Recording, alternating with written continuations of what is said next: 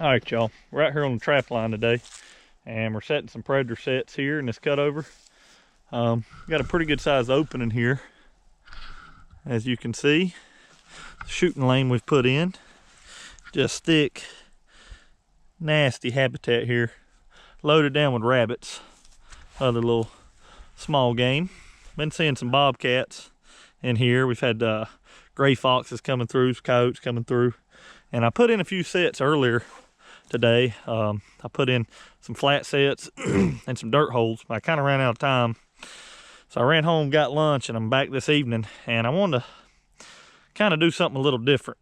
As you can see, like I said, it's really open here, but what I'm gonna do is I'm gonna transplant one of these big clumps of grass here, and I'm gonna put it right smack dab in the middle of this this mowed grass. I think that'll really kind of grab these animals' attention as they're coming down this opening here, hunting these edges. So I'm gonna take my small little trowel, and I'm gonna pop out a big plug of grass, and I'm gonna stick it here in the center of this road. So we're gonna do that now. All right, guys, so all I'm gonna do is I'm gonna take my trowel, I'm gonna come up under this plug of grass, and I'm gonna pop it up.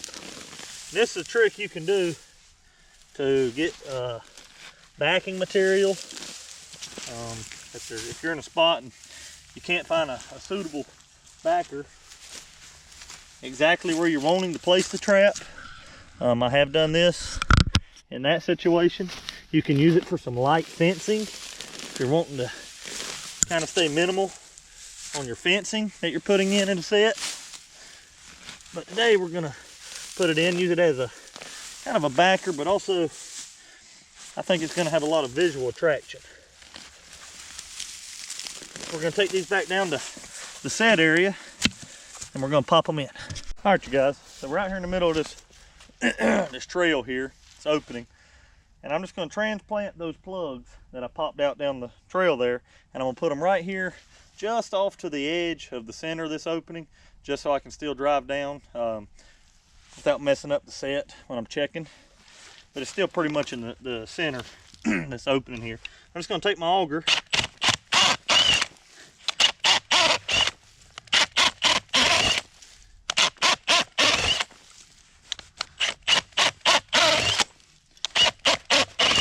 I'm just gonna make a few holes for me to place these plugs in that I removed.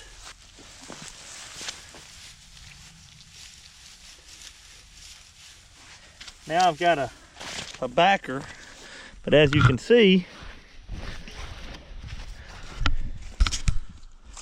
in the center of this opening with this mowed grass, now we have this large clump that's all by its lonesome. So we're gonna have all that visual attraction of this long clump of grass out here that you know, a little mouse or something maybe hiding in. It's kind of the illusion I want to imitate or create. So now we're gonna make our set. All right, so we've got our backer in the place. Now we're gonna dig our trap bed. So I'm gonna come back roughly a foot or so off to the side, just a little bit. As I've mentioned in previous videos, I don't get too crazy with measuring or anything. Nothing in nature's perfect. I try to make my sets as perfectly imperfect as I can, if that makes any sense. I used to kind of be a perfectionist and obsess over the way I done things, and what I found is I end up wasting more time worrying about it than I actually do putting steel in the ground. So got our trap bed dug here, more like a trap pond, muddy as it is. We'll take our earth anchor,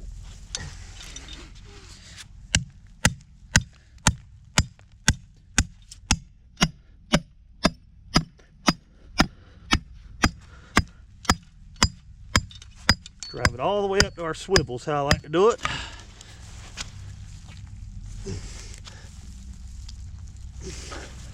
Sometimes they can be a little tough to get out of the ground. I like to set mine. Now we're going to set the trap.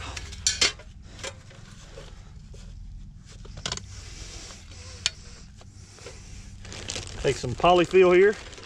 You can buy a big bag of this at Walmart, in the sewing section.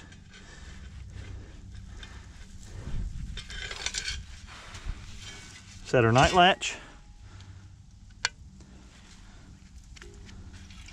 Keep all that polyfill under that pan. I'm gonna take a little peat moss. I'm just gonna put in the bottom of this hole because it's so soupy. We just had some freezing rain, some sleet 2 days ago, and everything's kind of a mess now. The ground's thawed back out.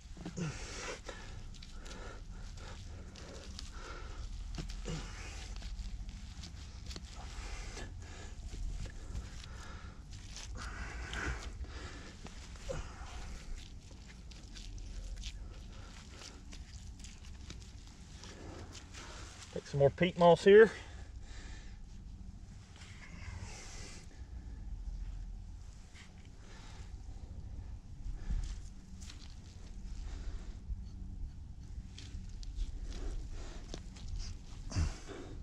All we're wanting to do is get that trap bedded solid. I can't say that enough. If this trap's got any rock to it, a coyote feels it. He's either going to shy from it, or he can end up digging it up, and then you got a trap educated canine. That's something you do not want.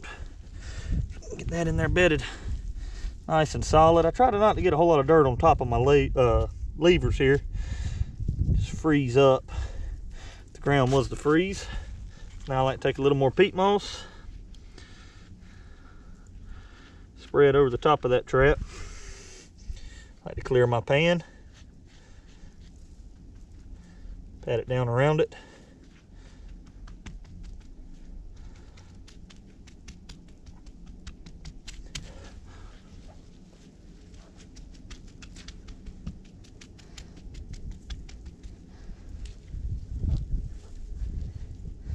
That's pretty nice there. Just do a fine little covering. I'm not even worried if I get the pan totally covered here, because I'm going to go over top of it when I blend in.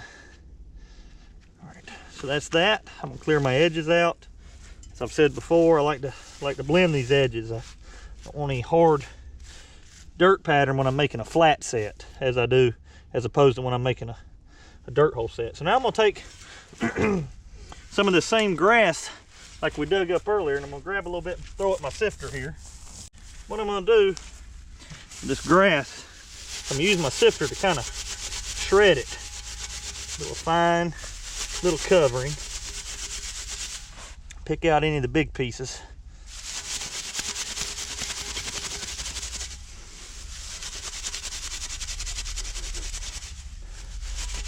Little fine pieces over the top of that trap. And then what I like to do, pick out any of the real large pieces, and I'm gonna take what's left over in my sifter. I'm just gonna blend in the edges of this set a little bit, make it look as natural as I can.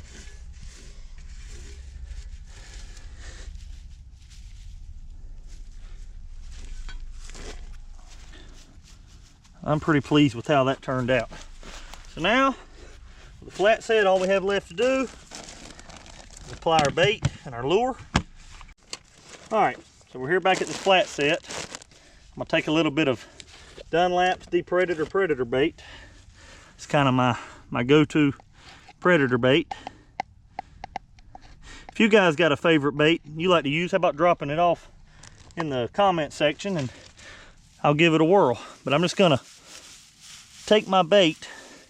I like to get it all kind of mashed up in this grass where it's all mixed in, where nothing actually can just grab a chunk of it and take off with it. So we've got our bait.